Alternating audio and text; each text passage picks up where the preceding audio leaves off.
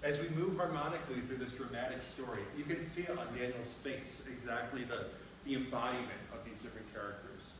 When you watch your video, watch your left hand, because you're outlining the harmony nicely, but it looks like an in-between gesture.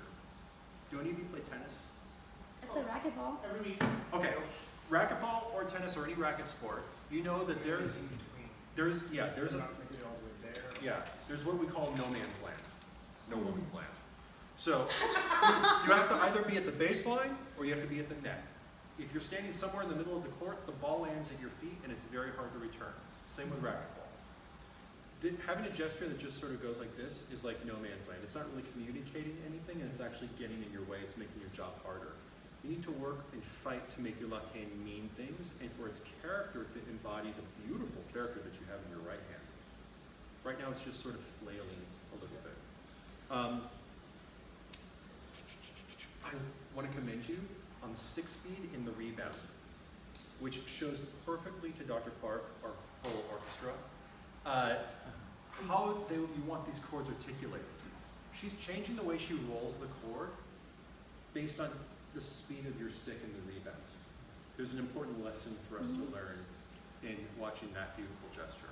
That's really, really well done. When you want to go into this fast accompaniment, the last one, number 14, bracketed as 16, and suddenly, your gesture looked, and this is a caricature again, a little bit like this, because you wanted it to go faster, and you're trying to speed it up with your left hand. What to you is the articulation of these fast notes? If you were going to sing it to us right now. We were your orchestra, and we didn't play it quite right, and you wanted to tell us how you wanted it. What would you say? That's very clear. What you're doing right there is so much more clear than going like this. Yeah. Good. So why don't we go from For Unto You Is Born This Day into the last one.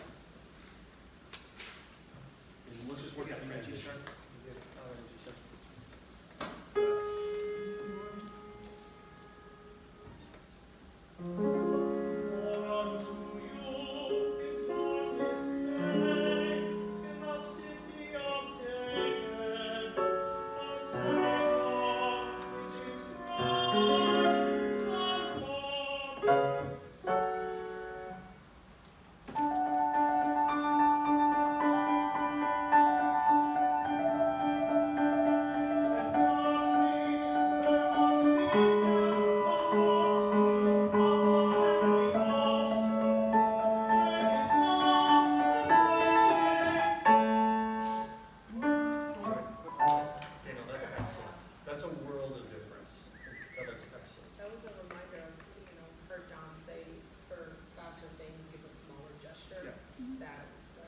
It's so counterintuitive, Yeah, isn't it? it's so When you told him counterintuitive. to articulate it, immediately got this big.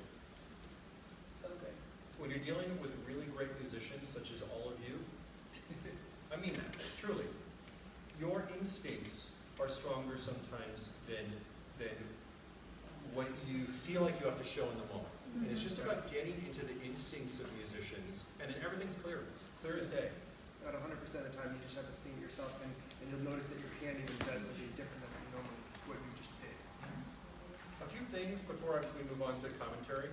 I want to say how evident it is in watching Daniel conduct that he has spent significant time practicing how he wants all of this to go.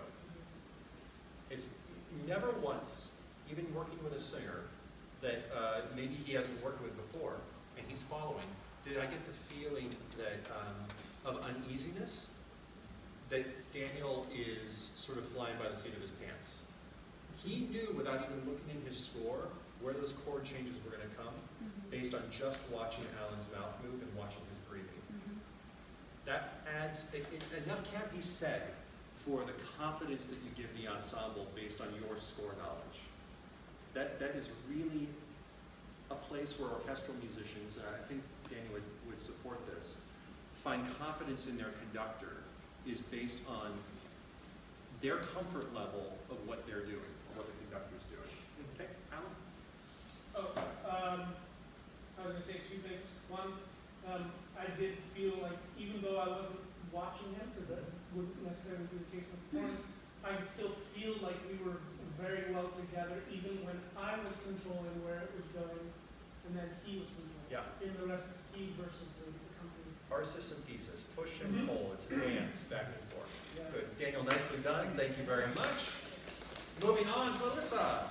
And then there's actually